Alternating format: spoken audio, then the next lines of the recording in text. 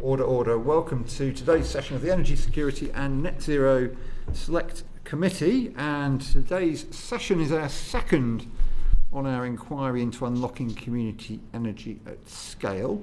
We will focus on two of the most important challenges facing the community energy sector today: the lack of a price mechanism for local renewables that reflects the value of community energy and allows projects to be financially viable, and how to allow community energy organisations to sell renewable electricity to local customers without complex regulatory workarounds.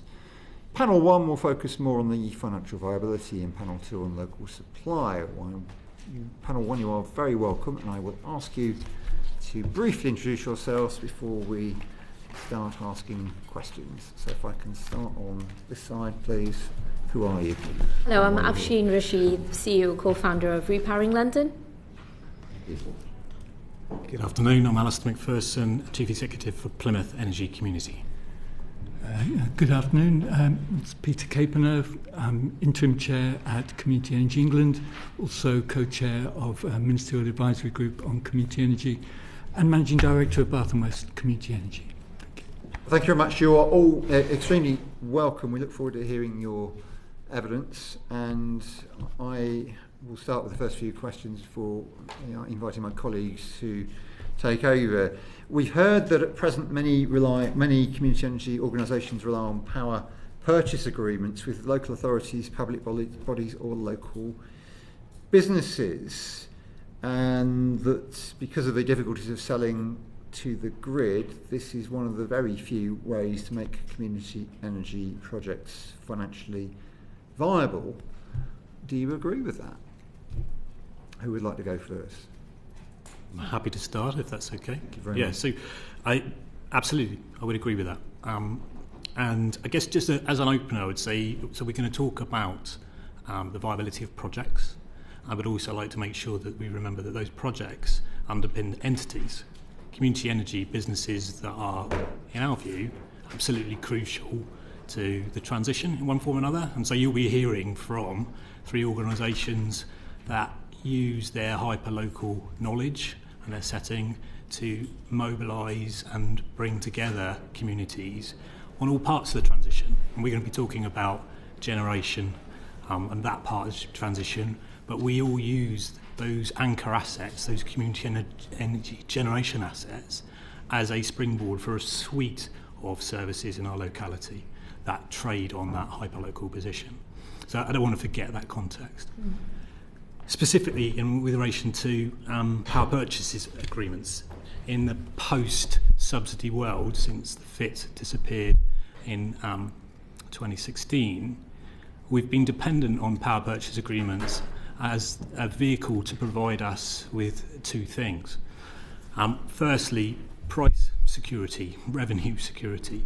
So for us to be able to raise community capital and debt capital to finance those generation assets, we need some long-term security over the revenue. Debt providers and our community shareholders don't want to put into that at risk. So that's absolutely key. And when we had the feed-in tariff, that was there, and that's what stimulated the massive growth in community renewables during those times. From the other side of things, PPAs have provided that ability for us to have, in a world where local supply isn't enabled, conversations and collaborations and partnerships between us as local generators and other local kind of consumers.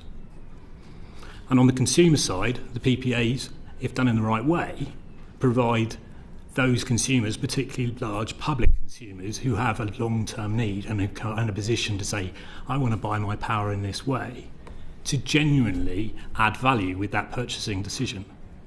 By buying that power in a certain way, genuinely generates more renewable capacity within the network, rather than just buying a tariff that's widely available and revolves in the reselling of REGOs. So those are the key points I'd start with. If I could just add, I think not all PPAs are the same. We have the traditional PPA arrangement, 1 year PPAs that you purchase on the wholesale market, doesn't give you the long-term security that Alistair's referring to. Whereas if you are putting your solar systems, for example, behind the meter and selling electricity to the building owner. Typically, you might have a 20 to 25-year PPA on terms that give you that price security. And we need to try and create a similar situation with the larger scale grid-connected projects below 5 megawatts that aren't able to access contract for difference, the national auctions. And so what Alistair and Plymouth are doing, and we're trying to do in Bath, is create a long-term arrangement with our local authority that gives that price security, enables both sides to hedge, as Alistair says, but also provides real additionality in terms of local generation. And there are complexities around establishing those PPAs, particularly if they're virtual PPAs, synthetic PPAs, which you may or may not want to go into now, but I think they're critical to the long-term success of the community energy sector and provide one of the really sound, really important ways that partnership between local authorities and community energy sector can flourish. I think I'd agree with a lot of the comments already made by Pete and Alistair, and I think from a London context and urban context, just want to add that projects are generally more expensive. We have smaller roofs. We don't have big, large spaces to put solar panels on, and that makes viability even harder and difficult. So a lot of projects and sites just don't even make it on the pipeline because they're not economically viable. So the PPA price and having some security around that would definitely bring more projects into the pipeline and into completion, and having a relationship with the local authorities is quite key to that, and being able to have some level of support so that we're not just passing on risks onto our investors, but also not passing on risk to local authorities as well. So, having some level of government backing or guarantee should prices go beyond a certain level would really help. Whereas, we can even share the benefits back. So if prices go above a certain level, you can have a cap. As long as we can make our projects financially viable, the benefits can go back to government as well. So I think it's about sharing risks and sharing benefits, but making these systems viable and also being able to provide that local value and community benefit. Okay, thank you very much. And do you think that the terms and conditions of PPAs should be standardised? Would this encourage greater uptake, something we've had suggested to us? And if so, how would that work? Who would be responsible for it?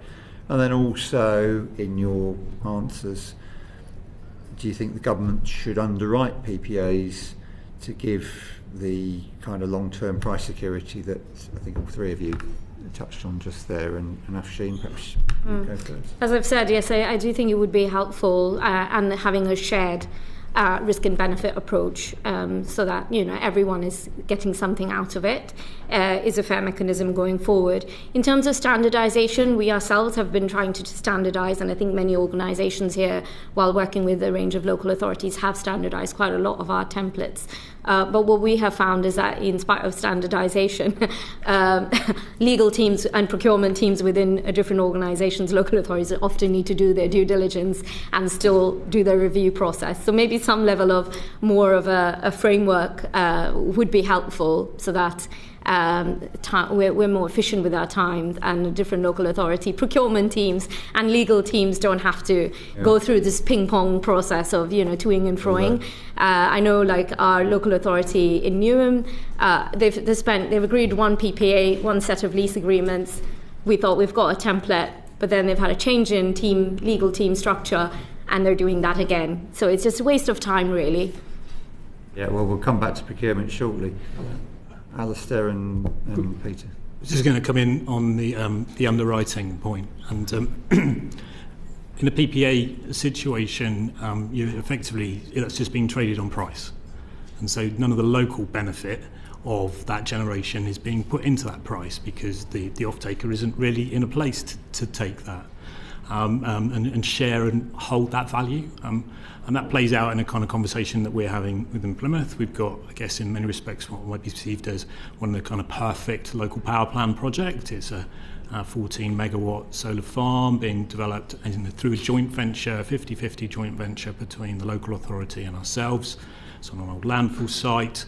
The local authority wished to be the power off-taker through the National Wealth Fund, and the local authority, we also expect them to be the debt provider to the project, kind of thing. And we are really close to what looks like, even on quite a challenging site in many respects in terms of the economics, to a deal. And that deal looks like it gives the local authority a really good price for power in the first 8 years. But for that deal to work economically, it actually needs a commitment over 20 to 30 years. And the local authority is going, why do I take that risk? And that's a difficult position for them to be. And I understand the challenge they have with that, because they are being actually asked to underwrite of that risk, which isn't really theirs. They have a duty to their local kind of community to do a range of things, and most of those are financially challenged in one form or another. And this is one that maybe is an ask too far. So in a position where there was some form of underwriting mechanism, either in the form of a PPA or some other kind of floor price mechanism, that would mean that the community business could still raise the finance. It would have that long-term certainty of a floor price. But then it could do deals on a shorter-term basis with the local off-taker, be it the local authority, the hospital, or any on others. So that would be a kind of good halfway house, I think, in terms of between the situation we find ourselves in now. Thank you. I'm going to move on to the next question, but we may come back to some more detail there. Afsheen, you mentioned procurement already. We've heard about the bureaucratic processes, the competitive tendering, the biases towards the cheapest option, which tend to favour large companies. It's a fairly common set of analyses of procurement more generally, not just in community energy actually, but have you got examples of where procurement rules are making life difficult with partnerships with local authorities? Yes, definitely. I think I'm going to just take us a step back, because I think procurement rules are set, and takes us through a tender process, and that's fine. I'll come back to that. But I think more than procurement, what we really need is a landscape that encourages community energy organisations and local authorities to work together. And I think it's about striking those partnerships, because then once you've got an agreed partnership, you've agreed a strategy of how you're going to deliver your net zero plans, your climate targets. Then the framework for procurement follows based on that, and then procurement becomes more accessible. But at the moment, those opportunities don't happen because you don't even have that framework in place. And an example of where, what good practice looks like is, for the GLA ran a program which was Greener Schools program, and it actually in the tender spec specified that partnerships with community energy groups will be looked at as favourably in the application process. So when funding was distributed, a lot of the local authorities contacted us and said, would you like to be part of this with us? And that created a framework that enabled us to work collaboratively and unlock the pipeline. And I think that's the kind of framework and partnership approach that we need to see more of. And another example where it's not working, for example, again with the GLA, I'm giving a London-based context because that's where we operate. There's a pre-market engagement happening on the Walmer Homes local grant. That survey, we don't tick any of the boxes. We're being encouraged to complete this survey, market engagement survey form, but we can't meaningfully engage with that process because we don't have the systems and data operating systems to be able to comply with a lot of that. So we're already out of the conversation. But the GLA are taking a very proactive approach and are having discussions and dialogue with us outside of that framework as well, just to make sure that how can we engage in this process. So I think there's a bit of, if you don't have the strategic and political will, then the procurement won't follow. And it's how do we be creative and flexible around these frameworks to create the opportunities, I think, which will really unlock a lot. And the third point I'd like to make is that we probably within the discussion around strategic kind of partnerships is there's budget made available for local authorities to draw on to bring in community energy organisations, because if the sector is to professionalise, we do come we do need to be paid for our service. If social value is being valued truly, it needs to be paid for, but who's going to pay for that? And how do we make sure the priority being given to social value doesn't mean that competitors and tenderers are priced out?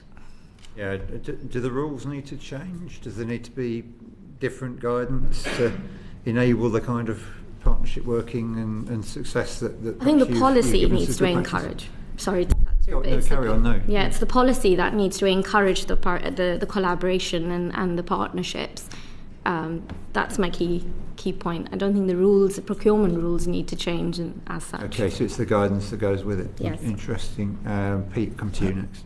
Thank you. Yes, and from a Community Energy England perspective, if we look across the country, we can see there's a huge variation in the approach to procurement amongst local authorities as they approach communities. So some local authorities are quite happy to say, we'll let you approach all our schools, and for example, and make an offer in terms of rooftop solar. Some local authorities regard that needing to go out to procurement. And there's quite a lot of variation. And so whilst the procurement rules are there, I think there is quite a lot of variance in interpretation. And if I may, very quickly going back to the PPA point, the same thing applies there, I think. So standardisation in both approaches, being very clear about what is possible for local authorities to do from a procurement point of view, from a PPA point of view, would help immensely, because then local authorities can feel, actually, yeah, it's okay to do this.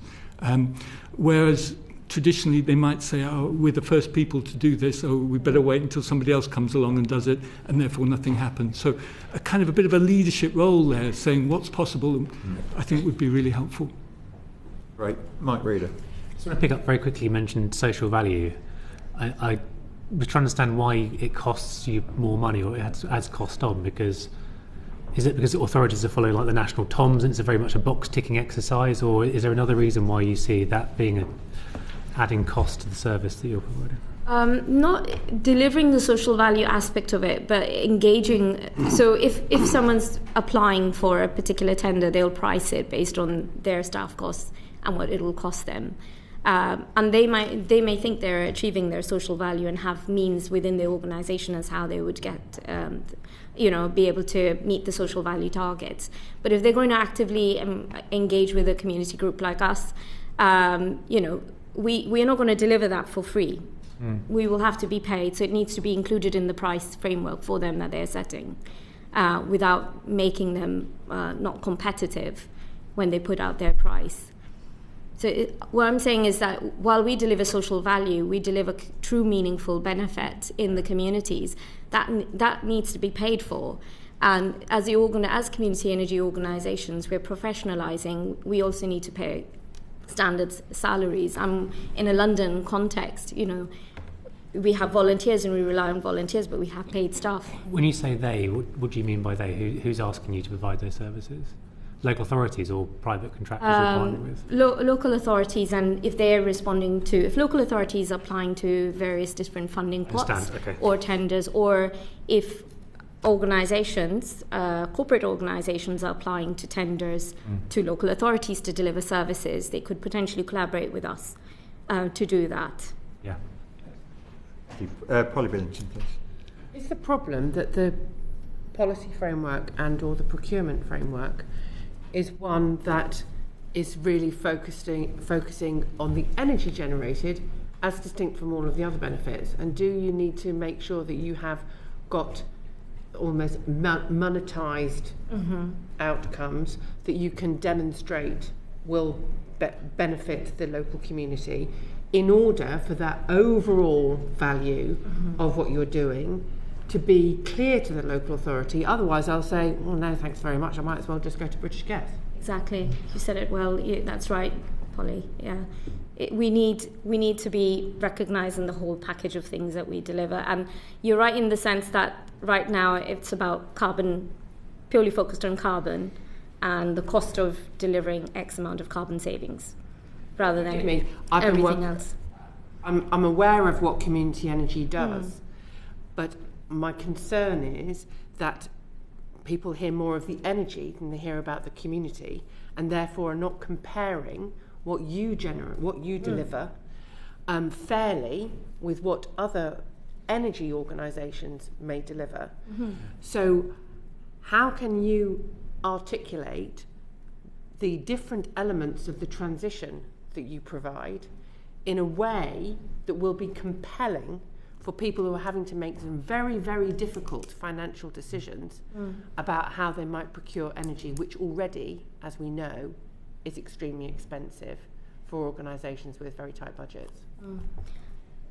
Just come in. I just want to, I think what we're saying, we started on a question about regulations and procurement kind of thing, and I think what we three are saying is like, it's not really the regulations, it's about understanding the art of the possible within this, and like, I think, come back to your point within that, partnerships can be help set that framing for procurements or what actually needs to be procured, because quite often some services that local authorities are choosing to procure could be delivered through partnership in one form or another, and that avoids the local authority to proceed and say, we want to do it with this organisation because they're local, outside of the constraints of the public procurement regs.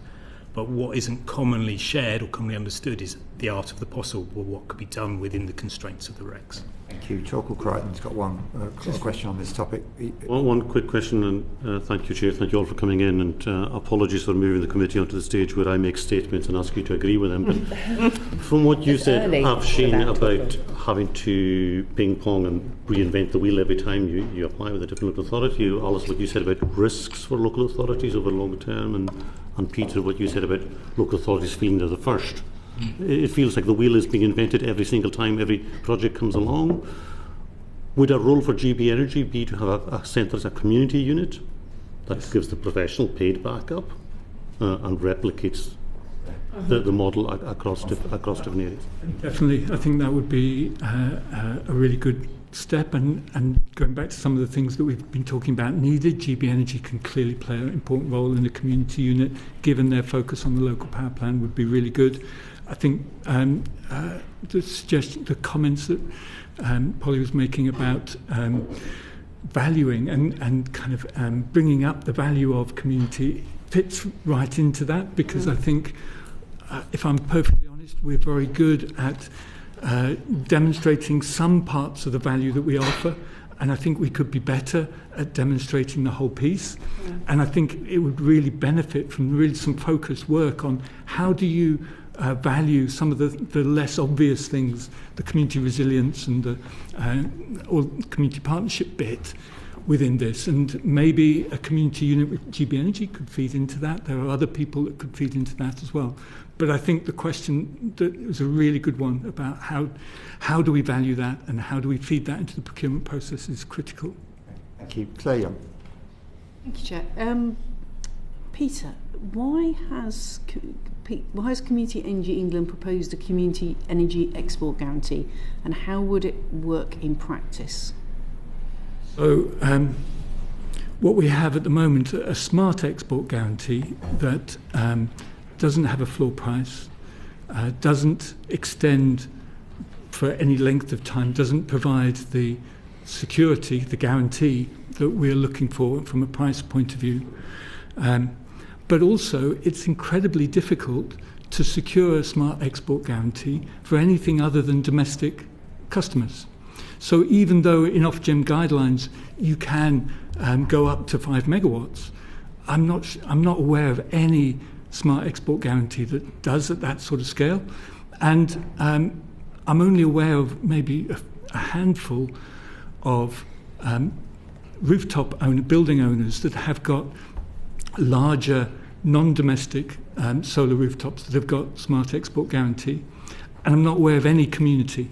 And part of the problem is that there is this traditional split between the organisation that owns the building, that pays the import electricity, and the organisation that owns the panels. In the case of community energy, it's the community business that owns the panels. And so we would be applying for the smart export guarantee. And because of that split, it would appear that that is also creating part of the problem. Not to mention the complexity of getting a smart export guarantee set up. It's incredibly difficult to do if you're not just if you're a domestic customer. It's a lot more straightforward. So by framing it as a community export guarantee, gives us the framing, if you like, to say it would be great to have something that, returning to the theme, provided a floor price, provided long-term price security, was straightforward to set up. I mean, obviously, there's always bureaucracy, there's got to be checks and balances, of course, but it must be within our scope to create something that's simpler than the Smart Export Guarantee and that doesn't have this split in responsibilities. So by calling it a Community Energy Export Guarantee, it just gives us that framing, if you like. It would operate very much like a Smart Export Guarantee, but if it's just provided into the kind of community and local energy sector, then it constrains it perhaps from a financing point of view. I don't know. That's obviously for others to comment. And finally, just say that a lot of the discussions that we're having come back to this question of how do we create investable projects, financially viable investable projects. If we're going to create 8 gigawatts of capacity through the local power plan, there's going to need to be 8 gigawatts of projects coming through. And so we need the kind of PPA, the export guarantee, some way of creating that financial viability investable project. And so this is just one approach. There are others. The local CFD kind of concept is a sort of mixture of a number of the things that we've talked about. It's another example. So that was the logic of why we were promoting the community export guarantee. Let me just come back on that point about the community energy contracts for difference idea. Does the complexity of the contracts for difference regime and the uncertainty surrounding the auction process make this less preferable, or do you see it as all part of? You almost sound like you're framing it as an envelope around the outside of having things like the export guarantees. So. Well, there's a number of things there, if I may. So the contract for difference schemes, so the national auction, the above 5 megawatts. I mean, typically you don't get 5 megawatt schemes going, even though technically they could. They're usually at least 50 megawatts and usually bigger because of the complexity. You need to have the bureaucracy and the ability to take quite sophisticated risk judgments about what price you're going to put into the auction. So it precludes against community energy organisations, even if they had a larger than 5 megawatt scheme. So I think I'm not suggesting you just replicate that at a smaller scale, but the core element of the CFD, the strike price that you settle around, depending on whether the price is higher or lower than your strike price, provides a really neat way of providing price security for both parties. So that's the core of the virtual PPA, if you like, that Alistair's talking about with the local authorities. So that's why I said it could be seen almost as a local CFD. I'm not suggesting that you get into a complex auction process or create a lot of bureaucratic needs around it, because that would preclude against our engagement. And just to say, we're developing a number of smaller than 5 megawatt projects, ground mount solar, wind, and particularly on the ground mount solar, they're the smaller scale. They fit into the landscape better. They can be placed closer to demand and so are better suited for engaging with local supply initiatives that you're going to be talking about later. And yet, because of their scale, they're hampered and are not financially viable. So it's that sort of critical bit that is going to be so important to building whole systems approach, local energy markets, that we've got to enable. And so coming again back to the community export guarantee or the local CFD, they're all different ways to cut the orange, peel the orange, cut the something or other. Who's the orange? You know what I mean. Thank you, yes. Yeah, just to come in, just to add to that point and emphasise one bit of it, I think. So with the Plymouth example, I talked about like that mismatch between what we need in terms of this price security and what the off-taker is comfortable with in terms of like making a contract for power purchase. And that's what we're kind of at the nub of the challenge we have at Cheltenham. So if we had a community smart export guarantee, that would provide our project with a floor price and that would give us the revenue certainty. It would then allow us to broker a separate deal, still complementary, still supporting consumers locally and generators locally, but that could be done on a time frame that was much more attractive to the market at that time. So that could be 3 years, 5 years, could be 10 years, but it wouldn't force the local authorities into that position of making judgments they weren't feeling comfortable about. So that would add value. It's that mismatch between long-term price security and PPA comfort, I think, is what a SEG could help with. Okay. Afsheen, what difference would the proposal make to projects you've been involved in? This would definitely bring projects where there's a larger spill of electricity back to the grid. So where, for example, primary schools don't have a lot of on-site usage when the panels are generating during the summer, and such projects would be able to be more financially viable if we had like a fixed SEG, because at the moment we don't include them and our size of our projects. We don't look at anything be under 40 kilowatts, and that means a lot of schools don't get done for that reason. So it would definitely bring a lot more projects, sites. We're seeing a lot of rooftops slip through our fingers because we design our solar systems to match on-site demand because the export value is so small. And so there's huge amounts of roof space that's just not getting utilised. If we could do this and get more value for the exported electricity, we could maximise the solar on our roofs and get a lot more kilowatts in. Yeah. You've heard a lot of that from churches as well. Exactly. Really good example. Really good example. Would you say that local authorities, Afsheen, I'll ask you first, should local authorities and other public bodies be required to work with community groups who want to install rooftop solar and make the roof space you've just been talking about available to community groups? Is that what you'd like to see? I think required is a very strong word. And I think we want to encourage participation. I'd love for all the local authorities to work with community energy organisations, but in certain cases there might not be a community energy organisation present in their borough, might need establishing. So it's putting them in a difficult position, but I think more around encouraging, facilitating and creating the levers that will enable local authorities to reach out to... Yeah, thanks. Pete, I think we might have got the sense of the suggestion of a requirement from Community Energy England, amongst others.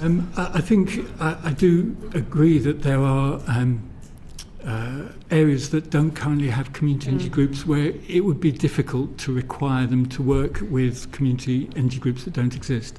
However, and it's a bit like the shared ownership debate as well, we want to be incentivising partners, because partners that want to work with you are always going to be better partners than kind of press-ganged partners. So incentivising and baking into things like the local power plan, if funding is going to be made available to local authorities and communities, that you require partnership as one of the criteria for the funding. So I think there are ways of incentivising and bringing together what I think would be critical partnerships from a transition point of view. Yeah, Alistair. So in Plymouth, Plymouth Energy Community's grown from a deep partnership with the local authority, and we're now in a situation, a bit like Bath, a bit like Repowering, where we stand shoulder to shoulder with the local authority as part of a suite of local actors acting on a values-based, not-for-profit, to do stuff in our locality. That is the motivator. The mandate shouldn't be the motivator. The local authority's got lots of mandates and requirements, and they're making choices on a daily basis of which ones to ignore. So I don't think, personally, a mandate really kind of helps. But something that builds appetite for the depth of partnership that's been secured by people at this table kind of thing is what we're looking for. So maybe there's a bit of stick there, but I think carrot is way more important in my experience. Yeah, there are some really good examples of local authority partnership, and typically some of the best engagement, best practice from community organisations, not solely, because there are exceptions, but it comes from where you see those strong partnerships as we've got in Bath and Plymouth and in London. Sure, we've had the suggestion that there should be some kind of template licence agreements for rooftop solar to remove some of the barriers to installing on public and commercial buildings. How does that appeal to you? I think template license agreements would help, certainly. I mean, I think one of the challenges we have is bringing forward a lot of the smaller voluntary community organisations that are still at a point where they've got one project or maybe no projects, and having access to template documents that enable them to kind of get on the ladder really quickly, I think would be really helpful in this process of expanding and unlocking the scale for the sector. Well, Ynni, you had your hand up. You want Thank to you very much, Chair, and yep. refer the committee to my register of interest. I wonder, with some of the smaller projects that voluntary community energy groups might be engaged in, whether there is an opportunity within infrastructure and planning arrangements to try and connect those up so that they are creating better value, so that where there might be worthwhile rooftops, the churches have indicated in previous sessions that they've got plenty of rooftops, not enough usage to make it worthwhile, that might be a good solution to develop strength within the community of local generation, so that it would start to pay back if there were ways to properly connect up those projects. Is that something that is remotely possible or not? And the second point that I just wanted to ask was about the Community Energy Fund. There's been an increase to that. Is it sufficient? Was your question, so just to clarify the question around planning, the tie-up between community groups and planning, that was... Yes, basically. So I'm a director of a community energy group. We have got a number of different projects, but they are dispersed across the locality. If we could have other projects that were close together, we could link them up, that actually the power generation would be much more beneficial and would be able to then sell additional amounts at a lower price to the community. There's definitely potential for local planning policy to enable community-owned solutions, kind of so there's a new installs, so on community-owned solutions, be they ground mount or field mount, so that can be done within development management policies that are kind of favourable to those. It can be done within strategic policy allocations for land or buildings that are supportive of those. Does the technology exist to connect project to project? So do you want to talk about local supply? Well, I was just going to say that you're moving then into the whole territory around local supply, local energy markets, which I believe you're going to be talking about at the next session. And there's certainly huge value there. If you want to comment on it now, I think the idea of creating virtual power plants where you're linking up generation in a local area, potentially with local storage as well, then gives you the ability to sell electricity directly to local consumers, and that would certainly strengthen both the generation as well as providing value to the consumers. So I think it would help massively to be able to do that. But I don't know how much detail you want to go into now, because you do have it at the next panel. You've got some experts in the room, so. Yeah, I think Torquil Crichton's got some similar questions. Torquil. Yeah, thank you, Chair. The holy grail here is that I look out my window onto my community-owned wind farm that is supplying me with cheap electricity. Yeah. But we can't get there. How do we get there? Well, what restrictions on how could we get a simplified local supply system? Again, it is possible to do that now. There are constraints around it. Again, Mary Gillie will be able to comment far more, with more detail than I, but you can do it now, but there are a lot of constraints. We need regulatory change to make it more standardised and possible in more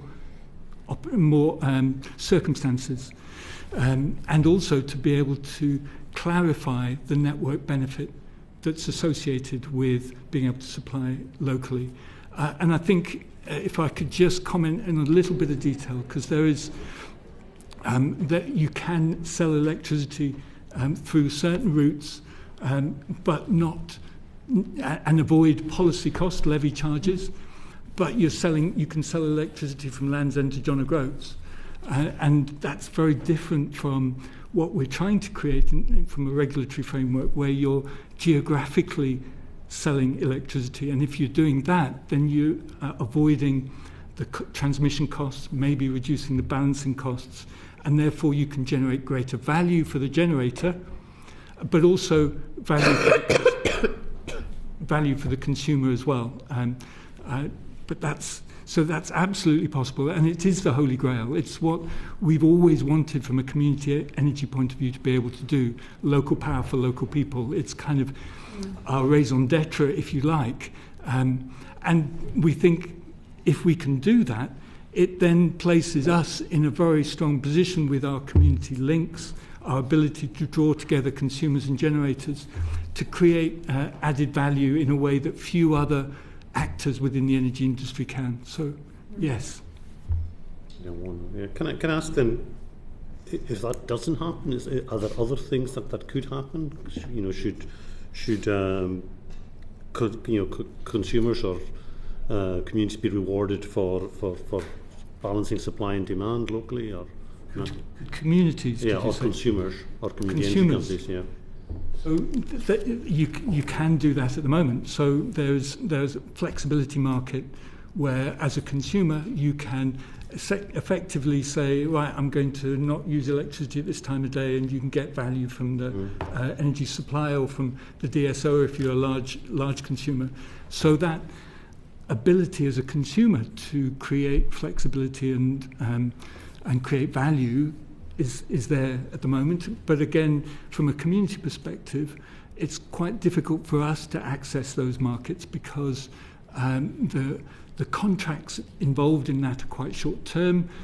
Again, we come back to this long-term security point of view. We're creating long-term investments with local people's money. We've got to create low risk long-term. So it's quite difficult for us to access the market, but the flexibility market. But if we could, then it would add significant value because we could link generation, demand, and battery storage to create flexible generation and empower demand shifting to create flexibility on that side too.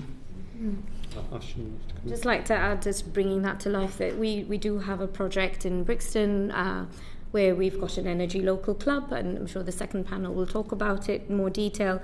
But, we've been doing this for a couple of years, and our residents have seen, it's a small number of residents involved in the trial, but they've seen up to 25% savings on their energy bills, particularly where, the energy crisis, the price has been really high for them, whereas Brixton Energy, which is the generator on site, has been able to fix and lock the price that we sell the electricity to the residents through an energy supplier. That's part of the Energy Local Club. So we've been able to demonstrate good value and benefits directly to the residents. But just taking it further, we've been engaging with these residents for many years now, and we've seen that their willingness to flex their energy consumption, they're engaged with us, has been really high. So they totally understand the benefits, and they're actually competing with each other to, like, we want to use more solar, and we're going to do this, then we're going to do that, and this is working in Brixton, an area of high deprivation, low income households. And we were able to install on that site, back in the days when we had the feed-in tariff, and we were able to install on a social housing estate. Whereas in the current marketplace that we're in right now, we wouldn't be able to install assets on social housing because the economics doesn't stack up. But this is an example of how that local value that, Pete's talking about, energy generation supplied locally, and creating community benefits. And today Repowering employs a resident from that estate to run energy advice workshops and provide additional support. So you see the layers just kind of keep building on. Underpinning all of that is this community consent piece, which, if we're going to implement infrastructure, makes such a big difference. If I look out my window, I see a wind turbine where I'm actually getting the electricity from. It's a way to win. Yeah. It's a way to win. Sorry, Alistair, go ahead. Yeah, I was just going to say, so we've looked at the application of the modification P442, which is a kind of Class A exempt supply. So there is the ability to do that at the moment. But just to come back to that point that we come to, so we could do that, and that would allow us to be supplying using that modification to our local consumers, but it doesn't give us the certainty that we need. So it still isn't the thing that transforms these unviable projects into viable projects at the moment. So at the moment we see that as a potential local supply upside, but it isn't what's going to make the difference between the project working and the project not. Now, maybe future modifications to that around those positions being grandfathered in some form for community projects could help with that. It's not the perfect solution, I don't think, in terms of local supply, but there are ways that this stuff is possible, but it's not the critical path to a viable project at the moment in the absence of a floor price of some form. Thank you. Luke Murphy, please. Thanks, Chair. So the Law Commission is reviewing the legislative framework for cooperatives and community benefit societies, I think at the behest of the previous government.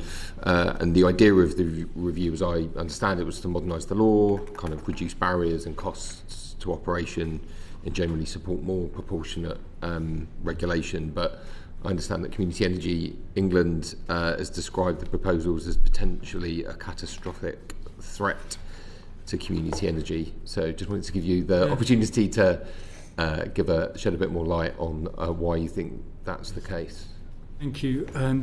The original Law Commission proposals were, they included definitions for both cooperatives, bona fide co-ops, and community benefit societies that had real problems with them, that could have created fundamental problems for existing and future organisations going forward. I won't go into all the detail associated with it, but they were, I can do if the committee would like me to, in written or whatever, written form afterwards.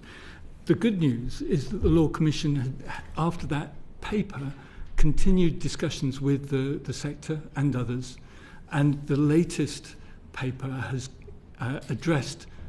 come up with proposals that we can live with. And because definitions are good, we like that, but the changes that they made are very much better. So we would now roll back and say the threat of catastrophe has passed.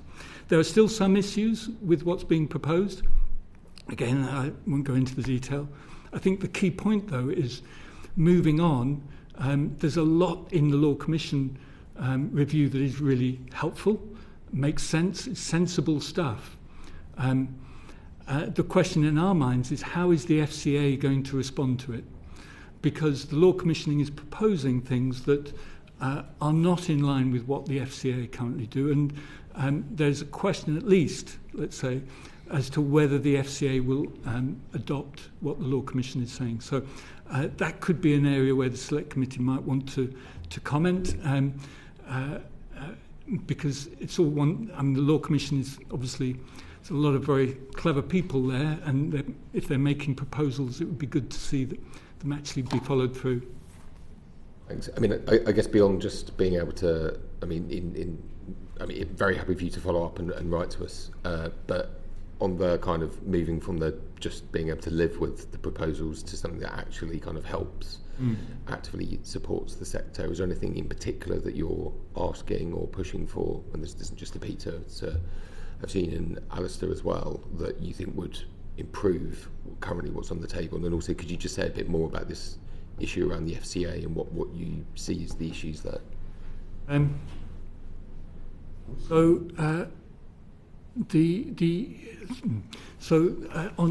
the outstanding issues on the Law Commission, there's three that the Law Commission have asked for further information on. One is around whether or not the £100,000 cap on investment should be removed, and that's fine. Another is on recommending the regulatory requirement to include the community shares unit standard mark when community benefit societies issue share offers. Has to have that standard mark, has to follow the guidance issued by the community shares unit. And I think there's been variable experience with the standard mark, and we've had good experience with it. We've had a very good practitioner that's kind of been through it with us and has got it. Not all community energy organisations have. And I think there are some concerns within the sector that if that was to become a requirement, that you would move very quickly from something that's voluntary. You would have to implement a lot of additional checks and balances, including insurance for the practitioners. And as soon as you start including insurance for the practitioners, you are going for the people who are advising. So if a share offer goes bad, for example, they've got themselves covered because they've been recommending how the share offer should be set up. As soon as you have those sort of checks and balances in, then rather than £2,000 to go through the process, it's going to be 20, 30, 40,000 pounds. And so you're then losing all of the value of being exempt from FSMA, which is critical. If you require us to fulfil that sort of regulatory requirements, then the small organisations Melanie was referring to and others are really never going to get off the ground. So we have to really protect that exempt status. So I think there are some concerns there about the drift. What they call light regulation, we see as potentially opening the door to something much, much bigger. And then the third area is around how you set interest rates.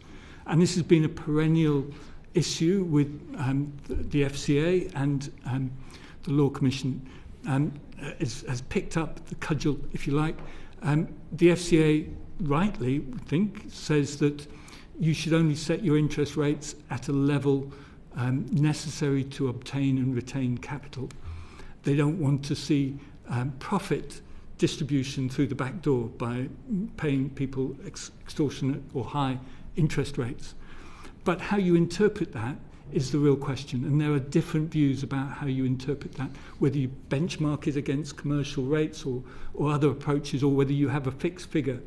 And I think working that through with both the Law Commission and the FCA would be really helpful to get to a point that is comfortable for us, where we feel we're still able to raise capital to deliver the projects that we need. Thanks. I'm not expecting you to, but is there anything that the other panellists would like to add?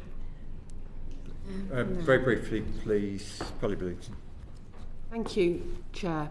I'm interested in when you said, Peter, that what we needed was regulatory change in order to be able to achieve what Torquil was talking about. Do you have a specific set of regulatory changes that you want to see, and have you tested those against what currently are the underpinning principles of our regulatory framework when it comes to the energy market, in order for us to understand where those tensions are? Because my final question, or the final contextual question, is this government is a government which is trying to achieve clean energy by 2030. There's an 8 gigawatt ambition for community energy. But quite a lot of what you talked about is benefits beyond the gigawatts. And I'm wondering whether the regulatory framework that you're talking about needing to change, how much of that, I want to know what the regulatory change is in order to achieve that amount of gigawatts, and whether we might need to put aside the other benefits, or whether you need to pursue a different kind of argument in order to be able to secure support for that activity, which is fundamental to the transition as you assert it. Yeah. Sorry for that being too complicated. No, I think what you're asking is, firstly, are there regulatory changes that are very clear that we could take? Are they going with the kind of thrust of current regulatory system? Can we take them to Ofgem and whoever it is? Can we take them to Ofgem? Yeah. So yes, yes and yes. And again, I mean, this is a subject for your second panel. But I'll just comment on the implication that yes, if we can implement the changes that are currently being discussed within the Elexon working group, P441, which is going through this process with Ofgem, with industry representatives. Mary's the proposer of it. She's the kind of, will be able to give you far more detail on it. But it is going with the general drift, because we're not saying, like PPAs or other areas, we need to add in social value to make this stack up. What we're saying is there's an alignment of objectives here, because if we're selling electricity locally, we are able to generate network benefit.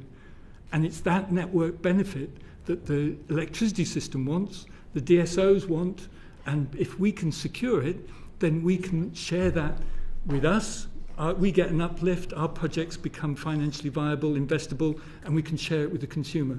So it's absolutely possible. It's there on the table. It's kind of within touching distance. But yes, ask the details in the next panel. Right, well, we will do that. Vera Hobhouse has got one very short question. But if we are all wanting the same thing, who is not wanting it? So what is the barrier? Is it Ofgem? Is it National Grid? Who is against it? It's a very good question. I think there are different views on how you deal with costs and benefits within the electricity system. So Ofgem have taken a view historically that if we start to reduce transmission costs, then who pays for that little bit of transmission cost you're not paying for? Somebody else has to pay for it, because we still have to keep the transmission grid going. And so their argument has been, well, it could potentially disadvantage those areas that don't have local supply, and they could have higher costs. And then what does that mean in terms of our principal objective, which until recently has always been the kind of current consumer base, their concern about mitigating impacts on current consumers. So, but with the changes that have happened within Ofgem and the greater focus now on carbon reduction, there's focusing more on the future and the longer term and future consumers as well as current consumers. And so I think there's a slight shift happening, I think. And again, we will wait to see. But I'm more hopeful that the benefits that we can see will be recognised and be able to be brought through on the local supply, local energy markets. Thank you very much. And I think there may be some follow-up points you might want to put in writing to us. Please do so. And with that, can I thank you for your evidence this afternoon. And we will take a short break while we change over panels. Order.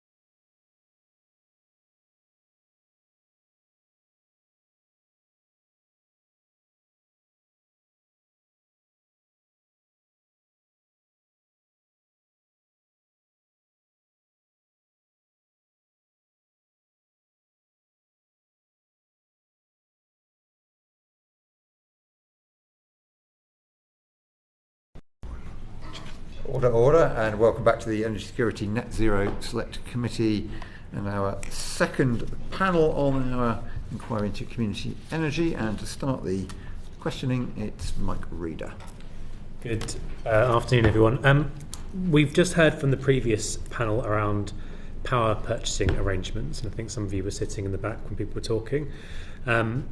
And we've seen some evidence, particularly, that the short-term nature of them doesn't always support community energy. So how could the government support longer-term fixed-price contracts and ensure that savings are passed on to consumers, and I was going to start with Stephen Harris first. And it's probably worth just saying who you are quickly before you start, because I missed that bit. We're on pace. No, we're on pace before votes. So after you, Stephen. That's fine. Yeah. So Stephen Harris from OVO, and I'm responsible for our PPA offtake business, as well as a few other things. And I think for us, we're a domestic supplier. Our tariffs, our supplies to customers are generally 1 to 2 years, maybe 3, and so our PPA contracts we offer are capped out at 3 years. Wholesale market liquidity beyond that is very thin, so it's hard for us to risk, kind of impossible for us to risk manage a longer term contract. So for us to offer a long-term PPA, we do need some other mechanism. I think we heard in the earlier panel about potentially a CFD mechanism or a floor price, and I think those types of things could work. From my perspective, it would make sense potentially for the PPA off-takers to kind of administer that. So it's the off-takers who can apply for or access the CFD or access the floor price, and then convert that into a fixed price PPA for the generator. So those mechanisms potentially would need funding, some central funding.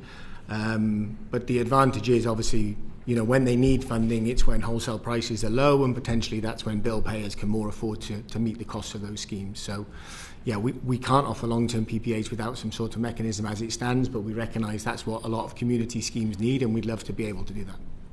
Mary, did you want to? Mary Gillie from Energy Locals. So we support communities to develop their own local energy markets. We call them energy local clubs.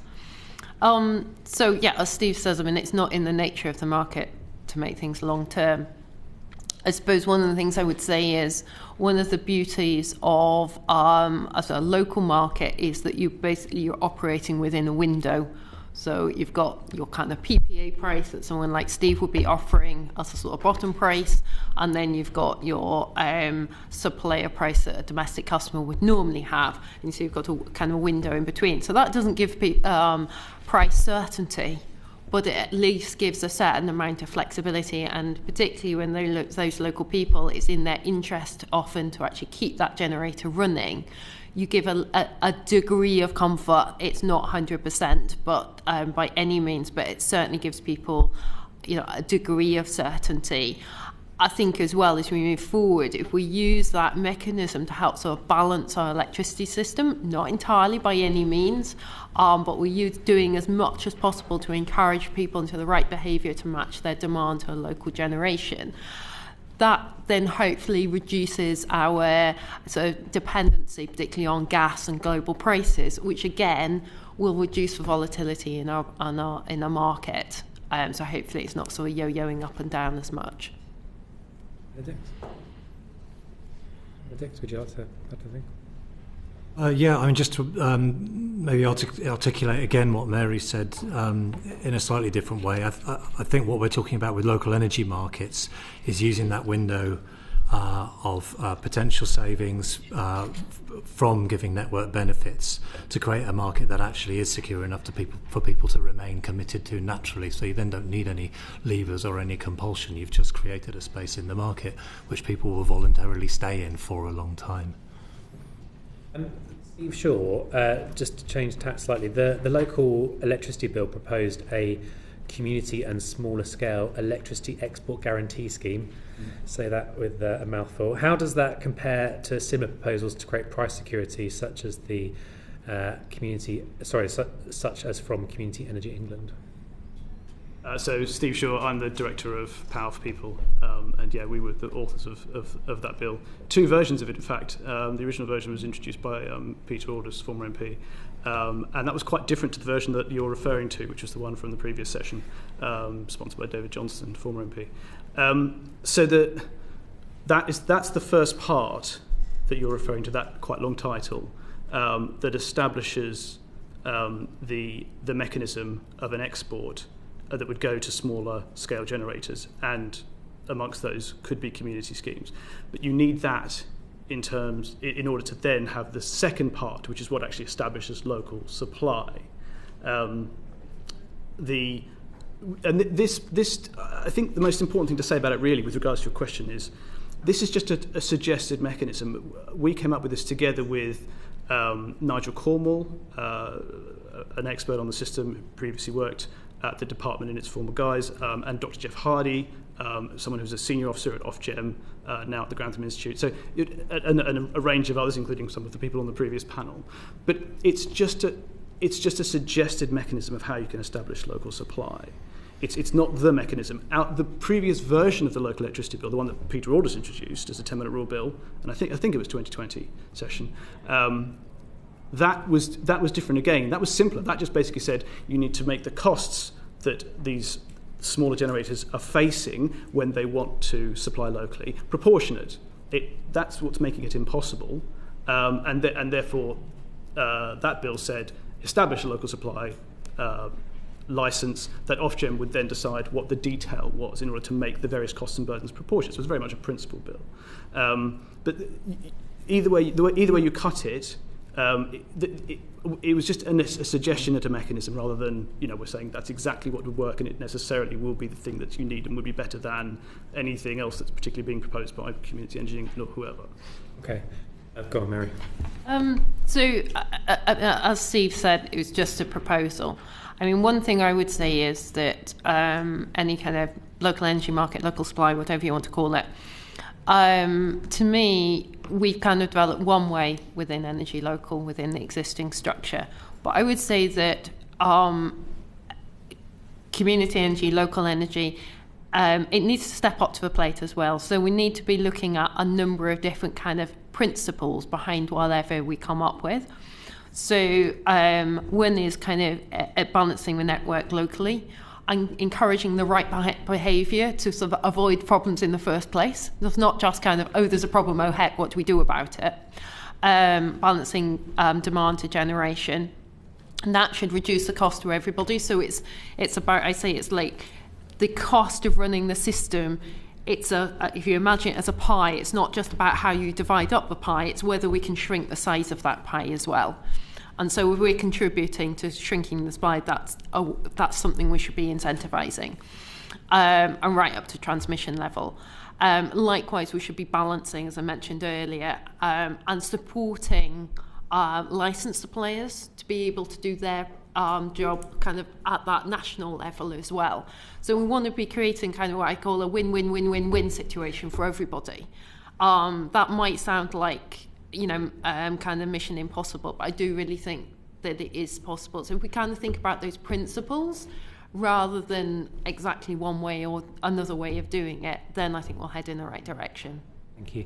One final question, and Stephen Harrison is going to come to you, slightly different tact. In OVO Energy's evidence, you talked about the misuse of Class A licensing exemptions, and we had some evidence as well from the Cornwall Institute insights that said that there's some quite significant profiteering through levy avoidance.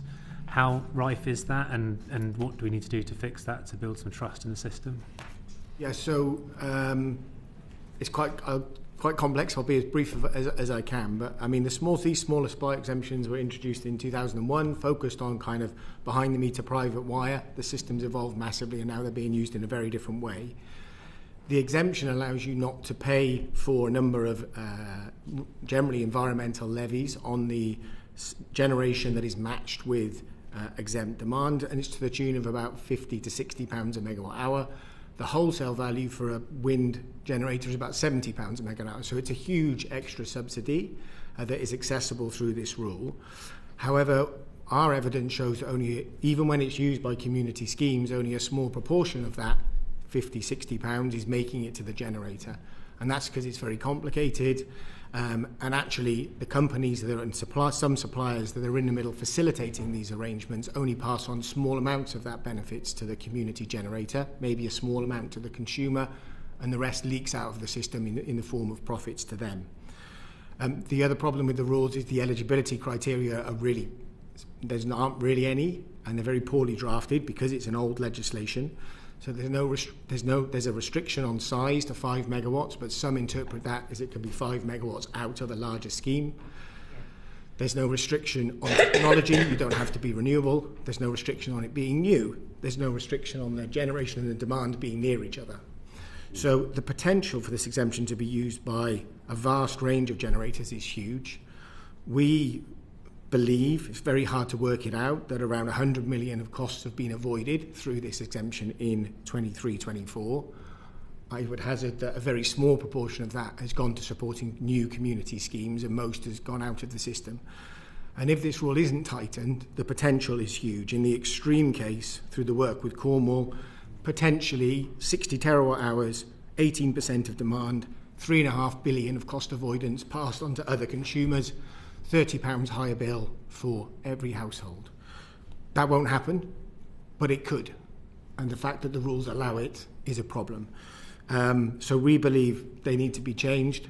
The current rules restricted back to that private wire, and a new, targeted, clear, simple mechanism that all community groups can understand and access and achieve all of the benefit is what we need. And that mechanism can deliver the growth in community energy without pushing all this extra cost onto bill payers. I'm going to move on, and the reason I'm going to move on is because we are going to be voting at some point, which means we will all disappear. And we're going to try and get as much of the session done before that happens. And Vera Hophouse is going to show us how with the brevity of the questions.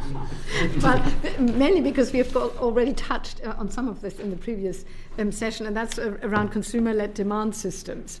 And how the government is ambitious to increase this. I was also at a meeting with ADA, so the Association of Decentralized Energy, and talked about the benefits of for the whole system that you, Mary, have just been talking about, and that it should decrease the cost to the overall system, not just to community energy. So, I mean, the first question was really, how do local energy clubs work? And Mary, can you just sort of quickly explain that? Yes, so it's kind of, should we say, it's license exempt plus, should we put it like that? So hopefully we kind of avoid as many of the kind of problems that you've highlighted, which I largely agree with. I might not entirely agree with the solution, but I really largely agree with you. So it is license exempt, but we operate under what's called a complex site, which is kind of like, it's like everyone's sitting behind one virtual meter. I mean, everyone has their own meter. So just as if you use solar on your roof, the rest of the system doesn't know about the power that you've used yourself. It just, So it's almost like everyone's sitting behind one meter. And how do you measure that? So everyone has their own meter. Each has a half hour, measures it half hourly. So you can show that what we call the club was using power when it was generated locally, because that's also a half-hourly meter. So you're kind of netting one off against the other, and it's the difference between the others which goes into a settlement, which is what is seen nationally. So that's kind of, and as I say, it's only done under what's called a primary substation, which is generally kind of what people would often think of as their local community. It's not too large, so we get that benefit to a distribution network, but it's not so small that it's just completely unmanageable and you can't really achieve anything.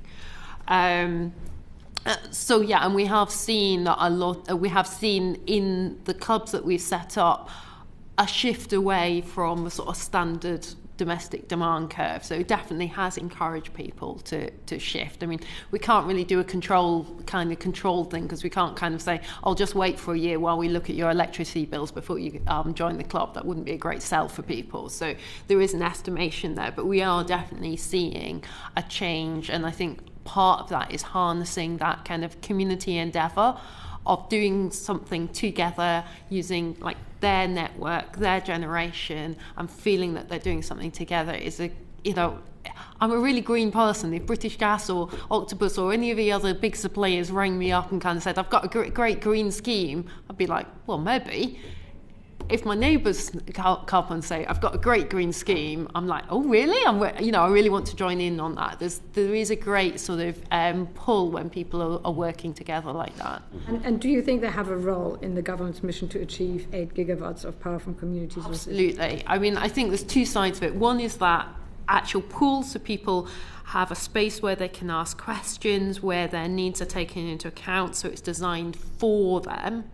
And with them, so they're more likely to kind of support it and feel part of it, jobs, etc. I think there's another side of it as well, though, that it's not just about the electricity. We need to decarbonise heat and transport as well. And our kind of next step that we're now working on is, I say, it's almost in your local area, for every kilowatt hour that we generate, what is the best way we can use that? Because then we can start developing a financial plan that we can build in the sort of heat networks and charging, etc., because then we kind of have a more guaranteed off-taker, but we also have a guaranteed price from a generation. Not entirely guaranteed, but, within a window. Big yes. You want to come in, but I want to continue with other questions, but very quickly. Did you want to? Yeah, I mean, just that, in terms of delivering net zero and people's willingness to come into that game, I think, if you have local energy clubs available, that you have more willingness to accept a smart meter, because the smart meter gives you actual power in your pocket and power to make decisions. There's much more transparency than the current offer in the market. As people move into that, there is that ability to help with balancing, reduce the network costs, and then build the whole thing. And I think what I'd say about the 8 gigawatt target is it arises out of a period during which the sector's been quite moribund, and we're facing all the barriers that have been looked at and lead to this consultation that you're doing now. Question in the last session. How far can we go? More than 8 gigawatts. Yeah, how much more? Well, I'd love to measure that, and I'd love to see more work done. And I think that we need to look at ED3 and the way the price framework mechanism is being structured, and we need to do work. There's been reports since the DEC report in 2012 talking about the value of balancing the system, but we don't have the metrics on it, and the sector can't come up with it on its own. And if the smart meters work, I mean, we had a big session on smart meters, so that. Right, having mentioned Polly's name, I'm going to ask her to. Well, I was just going to follow up on that. We've still basically got the problem that Ofgem is concerned about the transmission costs, haven't we? Yes. Do you have a solution to that? Well, I think, we're going to need large-scale generation. Yeah, we're not going to, develop everything like on our roofs and so on. So we're going to need a transmission network. We're going to have to build it fast. Much faster than we're building it now. But I do think there's a real role, particularly at the moment where they're kind of switching off wind farms, etc. We're not just switching off wind farms, but we're also having to turn up gas. So if we can shift our load to match our local generation, we can at least particularly in the short term, mitigate that. But also, it's almost like we've got two traffic jams now. We've got a traffic jam at the distribution level, we've got a traffic jam at the transmission level. They're actually bumping up against each other now. So this is all part of sort of disentangling the problems that we've got. And does Ofgem acknowledge, in your view, the possibilities of being able to reduce transmission costs by what you're talking about? There's starting to be acknowledged. I would say I wouldn't put it stronger than that. I think one of the biggest problems with Ofgem is it's incredibly siloed. And so you have people regulating distribution, you have people regulating transmission, supply, etc. They're not seeing the whole picture. Okay. So, right, we're inevitably that means we're going to have to go and vote. So 10 minutes of us, but we will suspend the session. Are you all order?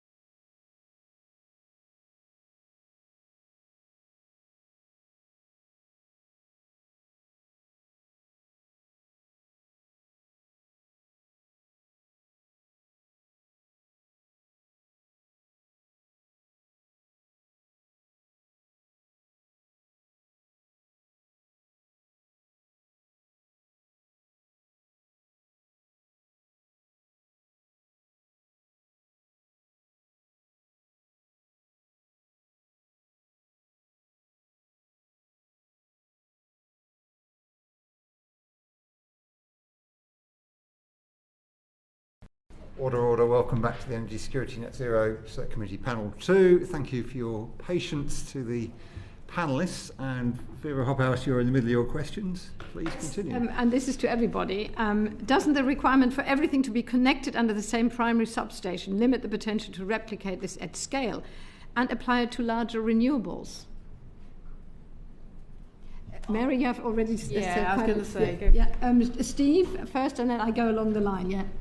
I would say the main thing that is limiting. This is the energy local clubs we're back to talking. Yes. I would first say what Mary and her colleagues are achieving is very impressive and to be highly commended. But these are only a small number of clubs. This is a very small amount of generation that we're talking about, and the flaw seems certainly to us that it relies on the benevolence of a licensed supplier to partner with them. That is the real constraint, and that is why, despite Mary doing brilliant work and having success over a number of years now, we don't have hundreds or thousands of these clubs, which we could have. Okay. And should this requirement be removed? Benedict? I don't think there's a need to. My sense is that the primary substation is a good scale. And it's a good scale at which to really bottom out the evidence on making those network benefits available and getting that balancing achieved. I think it will look different in different places. There are different opportunities under each substation for renewable generation, and there'll be different demand profiles as we move to a more electrified demand system on heat and EVs. But I think that the actual scale is very good, but as Steve says, we need to lean into the licensed suppliers who can really enable it. One short comment because we need to move on. Yeah, I mean, if the value of the energy club is to access the savings through the exempt supply mechanism, then restricting it locally will definitely make it work better and will reduce the risk of those costs spiralling and really putting excess cost on bills for very little benefit. I do think we'll be a little bit careful around the matching local demand. It's a good thing at a high level, but we've got to be careful we don't end up creating rewards for matching generation that was already there with demand that was already there, and so you're actually paying a subsidy for a spreadsheet exercise to match kilowatt hours. So I think where the generation is in a good location that's providing benefit, then let's reward it, and where the demand is doing the same. But I think it might be a little bit too simplistic to say matching the energy is always a good thing. Okay, so moving on to the next one then, about complexity of local energy clubs, and again to Benedict. We've heard that the regulatory and administrative complexity of setting up local energy clubs limits their future potential. First of all, do you agree? And how would you respond to this criticism? I think this is what P441 is seeking to address, is to put detail under so you've got the existing Class A exemption, and the issues with that. Then you've got P441, which is clarifying what a complex site will look like and what can be delivered, and giving confidence, hopefully, to deliver that complexity. At the actual level of delivering the clubs itself, we've had some feedback from suppliers that there's complexity and cost associated with that and with the additional billing mechanisms, and we'd like to bottom that out and see the evidence and actually get a number on that cost. I think really it's about P441, clarifying that landscape and allowing us to move forward with it. At the moment, the clubs that are operating are very simple because we've only seen clubs so far that are allowed one generator and one set of consumers. So the complexity will increase as you get multiple generators and different types of consumers with different profiles. That complexity actually should lend itself to matching and balancing power curves and power demand curves better against each other and getting better benefits. Can I come in there? This is kind of, I must have had a bad karma in a past life or something kind of to get this far, but I'd say actually a number of the problems that we highlight are not about kind of complex sites. It's in the nature of a lot of suppliers, billing systems are quite old. They're going to have to change if we're going to innovate anyway. And actually the kind of a settlement system is quite clunky. So a lot of those problems are not really per se about using a complex site itself. And I suppose the other thing I would say, look, if I wanted to build a bridge, I get a structural engineer. So that's kind of the role of someone like Energy Local, is to work with suppliers to do the stuff behind the scenes so the communities can do the bit that they're good at.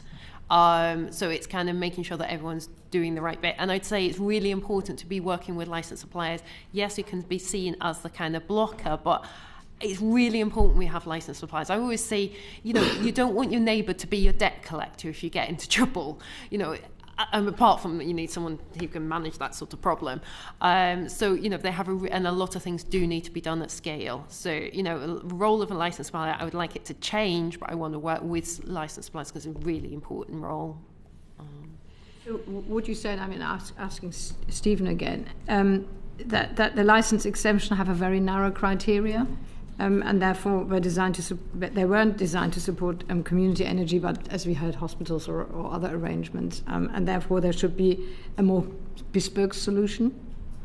Yeah, I mean, when we've got experts on what community energy groups need to get projects up and running, I think the license exemptions, when they're used correctly, you could argue they're okay. I mean, it does create this extra value for match demand in an area. But currently, the real problem is that they're being used in the wrong way by existing assets who are not communities at all.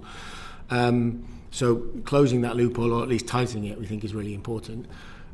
From my perspective, the concept of being in an energy club with match demand facilitated by blockchain peer-to-peer trade, I'm not sure it's the way to engage communities or end consumers.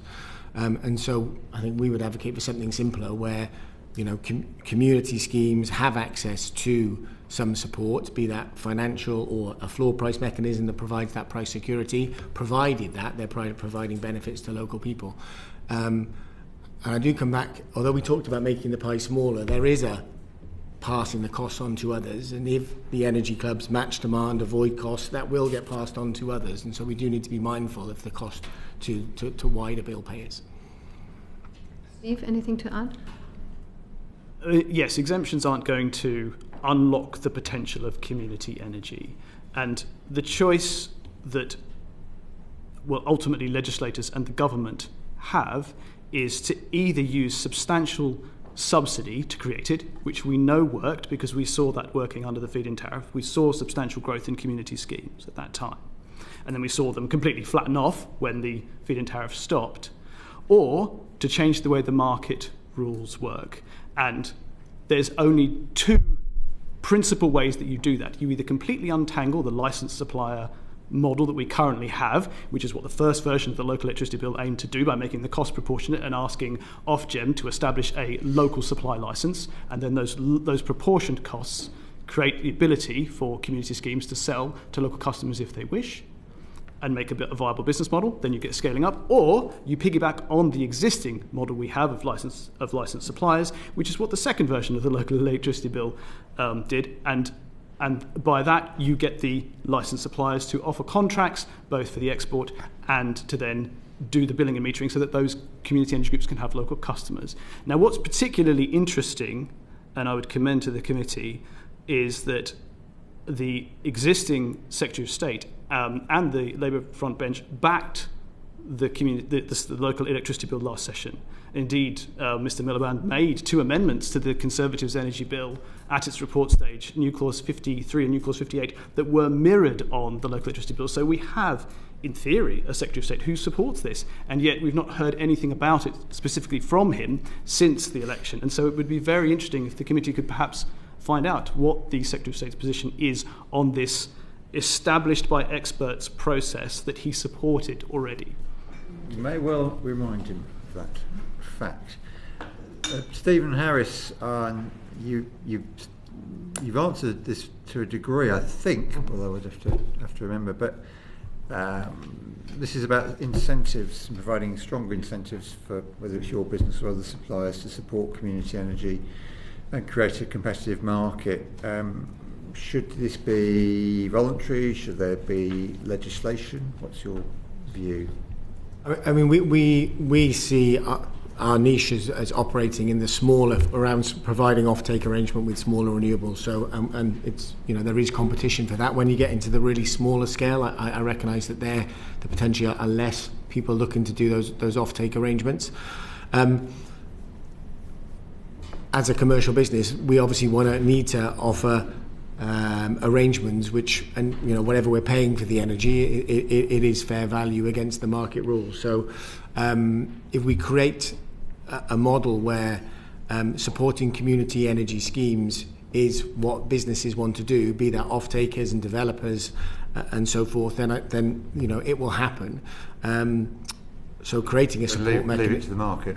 Well, but if you create a market rules where community schemes are eligible for support, be that uplifts on the subsidies per kilowatt hour, upfront grants, or access to a floor price or a CFD mechanism, they will become more viable business models and developers will want to work with them. So I think it's about creating an environment where community energy is the business model that makes sense commercially, and then it can flourish. Can I come in on that? I mean, one thing, obviously, I've talked to a number of different suppliers. I think particularly for the smaller suppliers, I mean, I often find myself sort of defending suppliers to the sort of man on the street, which is not often the easiest thing to do. But I'm aware that it's a very cutthroat industry. The margins are actually very small when we're talking about just selling to. So it's very hard to innovate. It's very hard to upgrade your billing system. There's cost involved with that.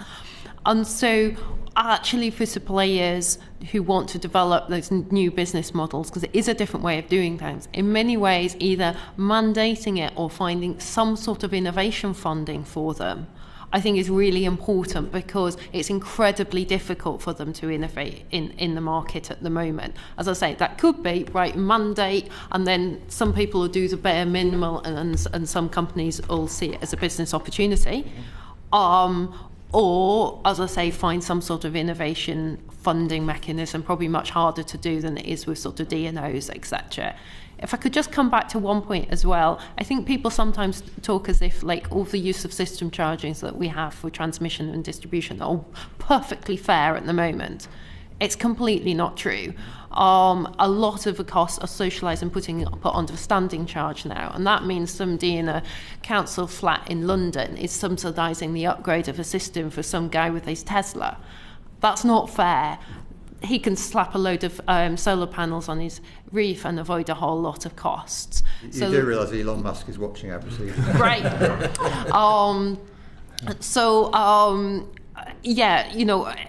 No, I'm not saying that anything I'm offering is perfect. It definitely isn't.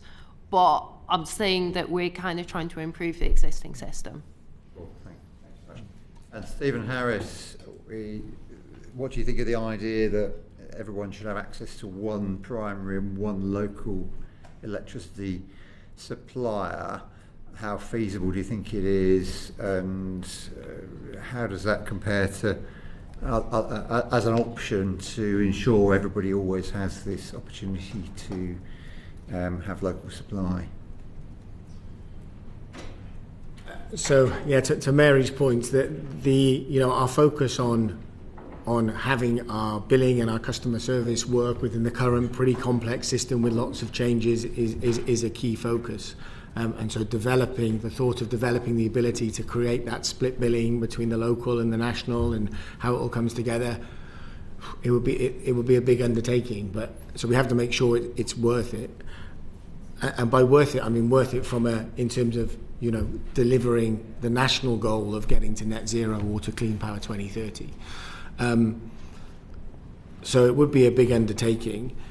For me, it does come back to, when we talk about the local supply, what's the purpose of it? If it is to have lower bills for customers who engage, I think you've got to be careful, because that potentially means higher bills for those that don't. If it's to create the right cost signals to enable the cost of the system as a whole to be lower, then let's find a way to make it happen. Yeah, I mean, as an observation of this is something that more than one of you touched on before. The idea of local supply, one of the benefits of local supply potentially, and this is something we're looking for in our inquiry into the energy transition and making the case, is that it is a good way of engaging people in the benefits of low carbon generation. 100%. And we find we uncover a number of other problems, because it almost gives people permission to ask questions, and if you've got somebody local, they feel able to talk to them in a way that, best in the world, somebody remote for them, they can't. So we actually find ourselves uncovering a whole lot of other problems as well along the way, which is a benefit to everybody. Yeah. That sounds like an argument for ensuring everybody has access to local supply. Is that fair? I'm leading you now. Yeah, I mean, you need to train people and so on to make sure that there are those people there to do that. You know, as I say, it's all about how you do it. If I may, I feel you're understating it, and I feel that others who have talked about the benefits are understating it. It is essential. There is going to be more and more potential risk of public pushback as the low-hanging fruit of the transition is largely gone, closing coal power stations, building very large offshore wind farms, for example. And it's going to affect people's lives more and more and more if we are to do what all parties and the government policy says we want to do. And the antidote is things like community energy. It's so powerful what it does. These examples are incredible. We can't afford not to do it. We must scale it up. And the only way it's going to be done is through a regulatory reform process.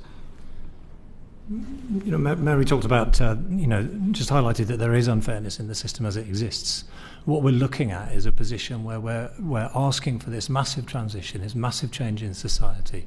We've got democratising distributed energy technologies, and we've got a market that's actually suppressing their use and suppressing normal local people from taking that opportunity up for participating and benefiting.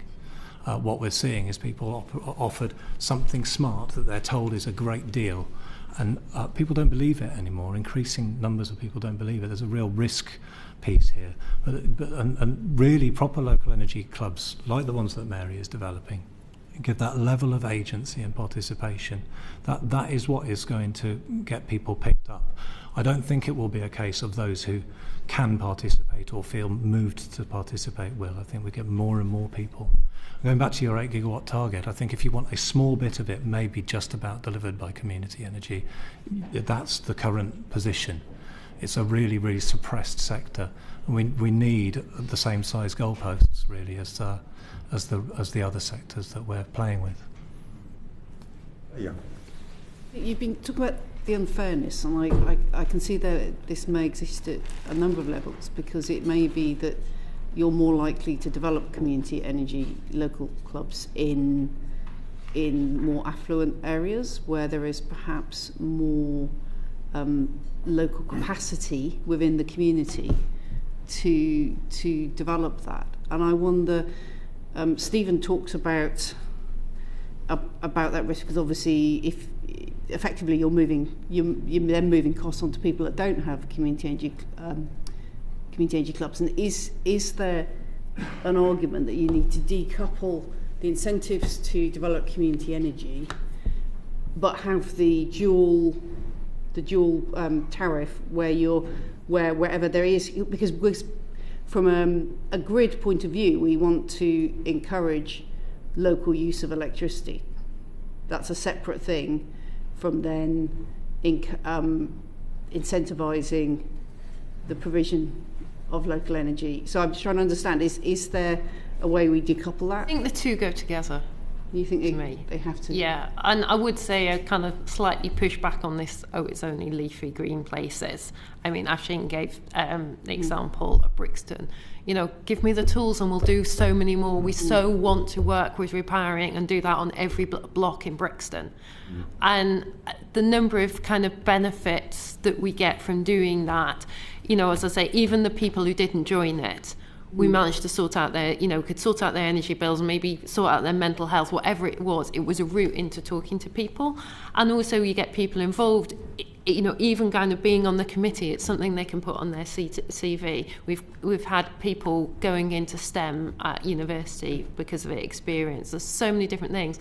And that's all to do with also going to net zero as well. You know, we can't disentangle them. Maybe I phrased it in a slightly provocative way, but what I'm wondering then is should the focus be on how we support schemes like that more directly in developing those schemes in the first place? Government has a limited resource that it's going to be directing towards these things. I'm just trying to understand where we channel, where the government should be channeling that money. Give me the regulatory framework then, you know, yeah. If it's a market, markets will deliver. But we have to have a market. Market with the kind of adjustments that you were talking about before. Yeah. One quick example. So we have a PPA offtake with Ambition Community Energy. It's a wind turbine in Lawrence Weston in North Bristol. It's quite a deprived area, an amazing community project. And we trialled, as part of the arrangement with them, a bill discount for anyone in the local community within certain postcodes on windy days.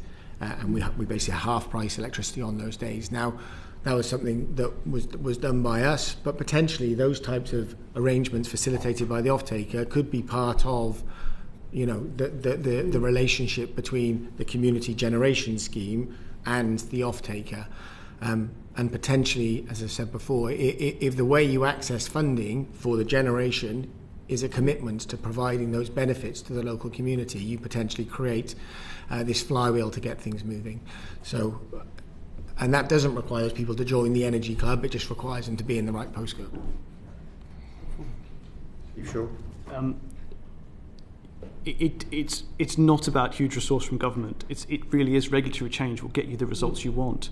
And we did attempt to put in to some of the clauses of the local electricity bill of last session, safety mechanisms to make sure that other unintended consequences were going to be mitigated against, review process for ministers, the ability to adjust the fixed price that community energy schemes would be offered, those kinds of things. I think the principle in legislation like the Climate Change Act is quite good, where a committee is set up to review and make sure that government policy is achieving the principle or not, is the kind of thing that you want to see. And if I may, I was actually asked by previous members, this relates to your question, I was asked by Pete Capener from the previous panel to just say about, is the Community Energy Fund enough, the extra $5 million it's been given? We are so pleased and welcome the government announcement of that extra money for the fund, and it will be very helpful, definitely. But those kinds of amounts are only going to get you a small incremental increase. And again, you don't need to spend it if you create the regulatory framework that we've already proposed 2 versions of. Right, thank you. Crichton. Thank you, Chair. Thank you all for coming in, for bearing with us while we were away, and thank you for your passionate support of community energy. I think the statements you made prove why we wanted to have this investigation in the first place. Stephen, you gave some very disturbing evidence about the abuse of levies and exemptions, and I just wondered then if there is a case for exempting community energy from levies and from exemptions, if that means they're going to be abused so much. Please answer. You can give a short answer, then we'll have to go. So firstly, the use of the rules that I explained, that everyone's acting within the rules. It's the rules that are not fit for purpose. So there's no one's broken the rules, just the rules are bad.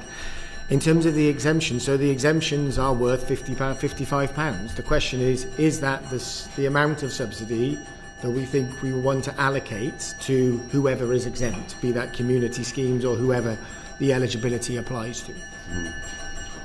Thank you. We will suspend there while we vote. Order.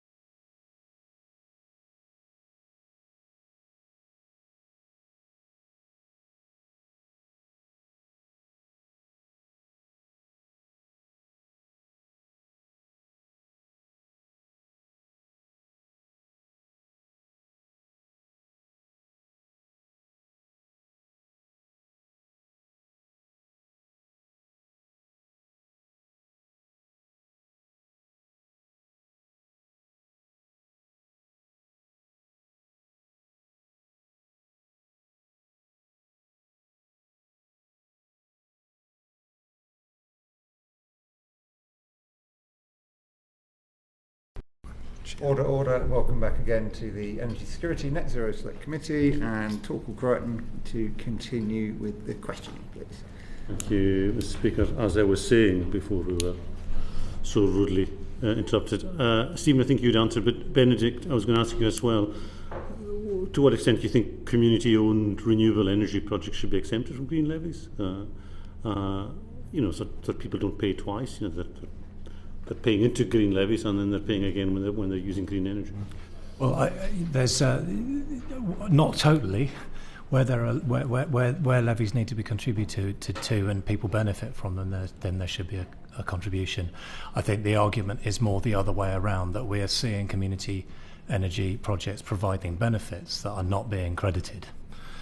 So really that's the adjustment that we're asking for. We're not asking to get out of anything or not to contribute. We want very much to contribute, and we think that there's a massive underestimation of what the sector could contribute. So it's really about opening up the potential for us to secure the value for society and the improvements for people in communities that our very small sector compared to what it could be has already evidenced in spades. Yeah, Mary, I take aboard what you said as well about community energy projects reaching further into people's lives than just supplying electricity. I've seen that in my own constituency with all kinds of welfare and food and warm home grants that are available through community energy schemes. But you raised the example of the guy in the high-rise paying for the Tesla. But shouldn't everyone pay? I mean, why should people who are on community energy schemes be exempt? Well, as I put, no, I mean, I was just really trying to emphasise there that I think sometimes people kind of talk about it as if the system at the moment is entirely fair, whatever fair is. Yeah. And as I say, I'm not saying anything I propose is perfect. I'm just kind of, it's not kind of, I just kind of want to emphasise that we're not moving from some perfectly fair system to something that is unfair. And there will always be anomalies in what we're doing. I would say, though, as I say, it's about kind of trying to reduce those costs for everybody. I mean, and, could we move to a situation where, kind of local balancing of a network is the norm? I don't see why we shouldn't do. Everybody is under a primary substation. We've got load and generation that needs to be balanced.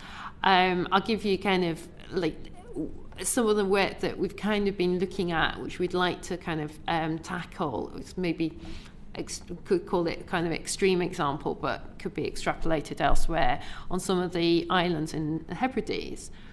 At the moment, because of problems at transmission level, they can't connect, more than 250 kilowatts of generation.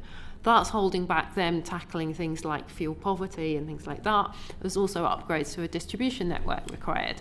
One of the things they wanted to do was install a battery so they could use their local generation under a local energy market. We just saw the strategy for a distribution network, and they're talking about putting what's called a STATCOM in. Now, a battery can act as a STATCOM. So how is it about we install a battery, they use a local energy market to make that whole thing worthwhile, because just kind of some flexibility contracts is not going to make the numbers stack up for storage, and then we don't put in that STATCOM because we've already got that service from the battery. The cost of that STATCOM would have been smeared across everybody's bills. We've just saved for everybody, and I'm just giving you that as an example. Might not go ahead, but that's kind of where we're trying to work with the DNOs to really understand how we can work with DNOs to reduce the cost for everybody. Sorry, you both wanted to go into Stephen first. Very, very quickly. I think Ben put it well. The exemptions, the exempt from the renewable levies, that is kind of how that additional funding materialises. But really, that's a proxy for saying support for community energy. So I think obviously if community energy paid for the levies but got the support, then you'd end up in the same place. But I think, and that's probably the way I think we should do things. I would say a solution is proportionality. I think a really good analogy is what we have with grocery retail. If you're opening a big supermarket, what you have in terms of burdens and then ultimately costs is so much larger than if we have smaller retail, corner shops and so on, and we want both, and we have a regulatory system that largely creates that proportionality, and therefore we get the benefits of both. We could have that with energy, and indeed that first version of the local electricity bill, we attempted to do that. Okay, thank you Chair. Mike Reader. Thank you. You're pleased to know on to the final question, so thank you for bearing with us.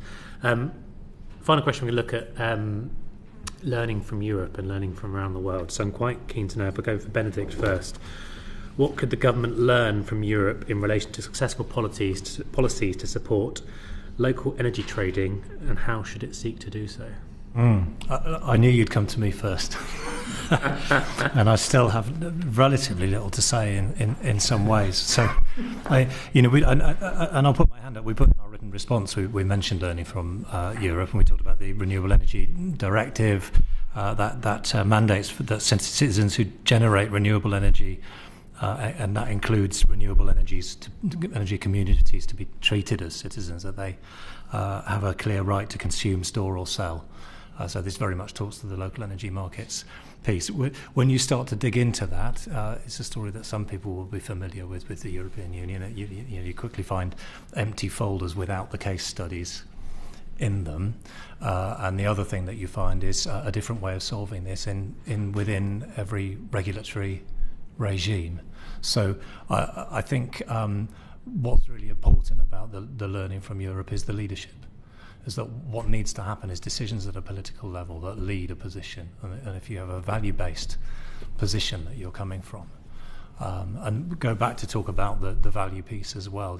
Just noting the last session, we talked about valuation in procurement of wider benefits.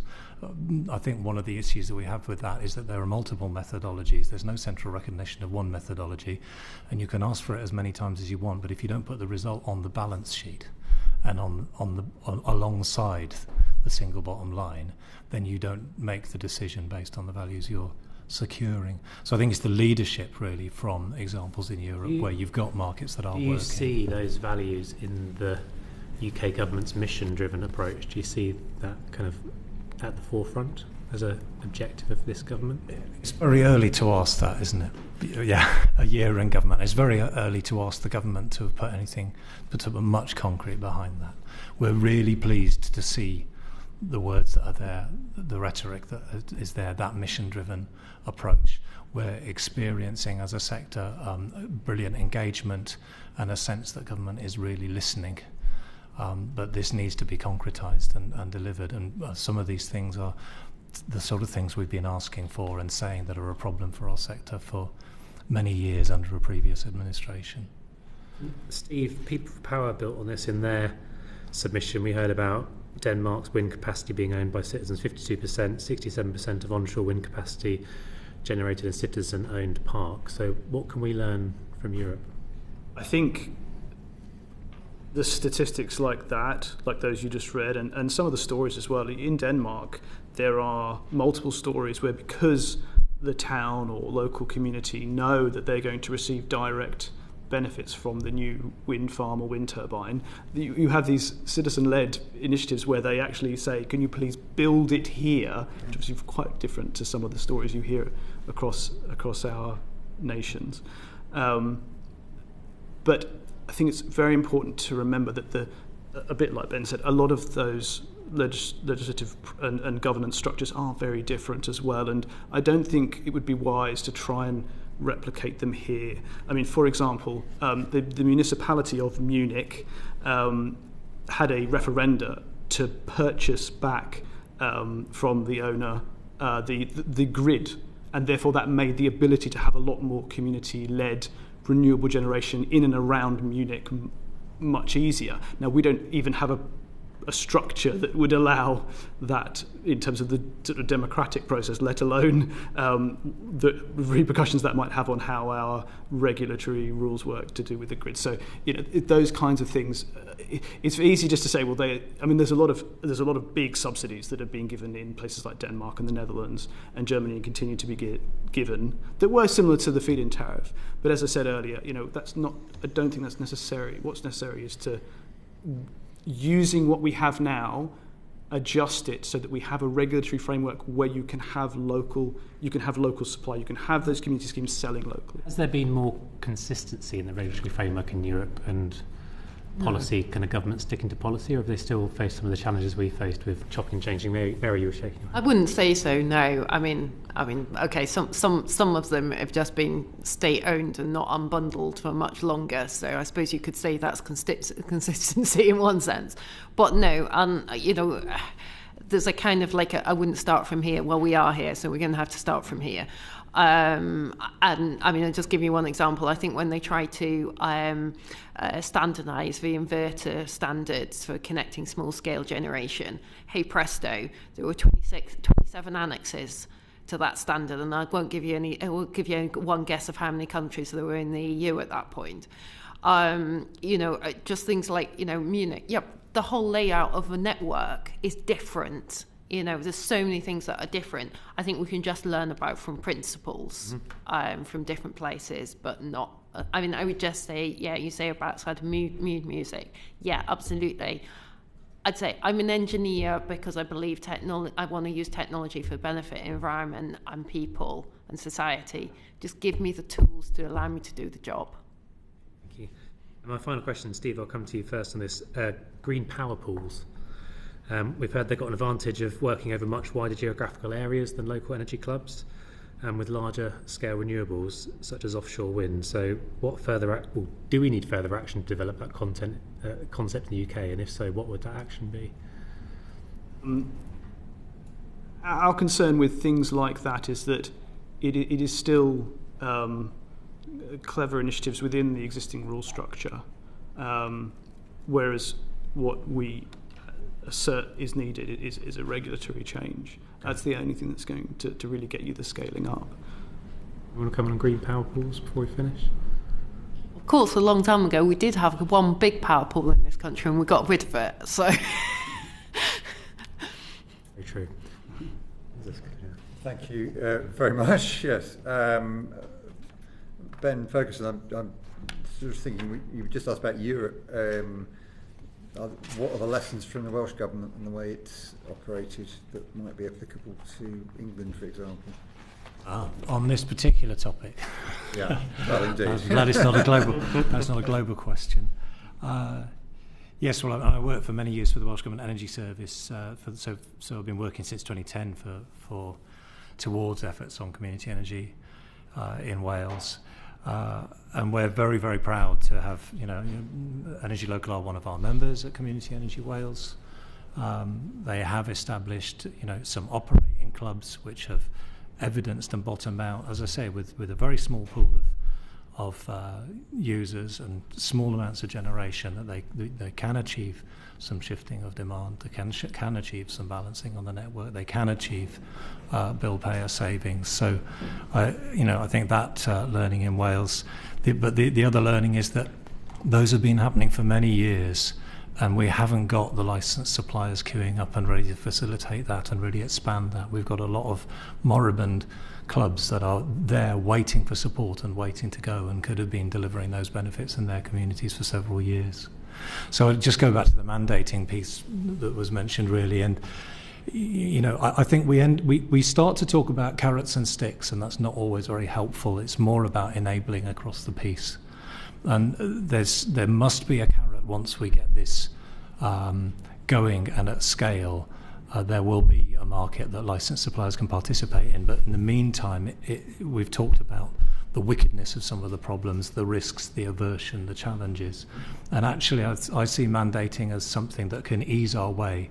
If the pathway to net zero is this important and we want the community energy contribution to happen, then mandating suppliers to support P441 and clubs as quickly as possible helps us to stop having the debate, helps everyone to stop having the debate and move forward and get on with delivery. And then you've got some very smart community energy organisations and some very smart licensed suppliers who will get on with solving the problems and delivering it. Thank you. And a final word from Stephen Harris. I think on that issue, picking up on that, I think we've got to be clear that the having the club and creating any cost savings is benefiting the whole.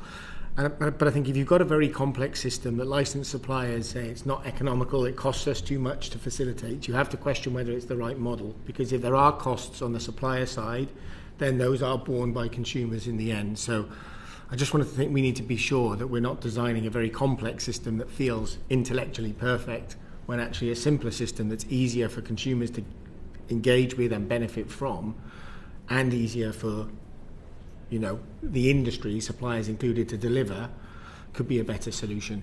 And if I may, we talked earlier about the funding, the 10 million extra funding, I think, for community energy. I think 5 million, okay. The licence exemption, 100 million last year. I would bet it's 200, 300 million plus. That's money that could be with better eligibility rules, better targeting per year, going to community energy schemes and supporting them. The REGO market is 200 million a year. If that was targeted towards new community energy, that is 200 million per year, which could support community energy. So there is money in the system. It's just not reaching these guys. And I think, you know, we need to get the regulatory framework right, but we need to use every penny that's on customers' bills to really drive it forward and not have any wastage. And then, having given the other two final thoughts, Steve Shaw and then Mary Gillie, anything you want to just say at the end? My final thought is to re-emphasise that I really think you need to get a ESNA's minister in here and answer why the shadow front bench in opposition supported the local electricity bill, and yet since the election we have not heard anything about it from them. Okay, thank you. I think we've got that message very well now. Excellent. Mary Gillie. So I would say, yeah, I think we need clear steer from DESNZ to Ofgem and the other regulatory bodies, Elexon, etc., to support local energy markets, because they implement policy, you set it, and then, yeah, also legislation. Great. Well, our second panel, thank you all very much. Thank you for the 3 sessions that we ended up having, and that's the end of today's committee hearing. The sitting is ended. Order.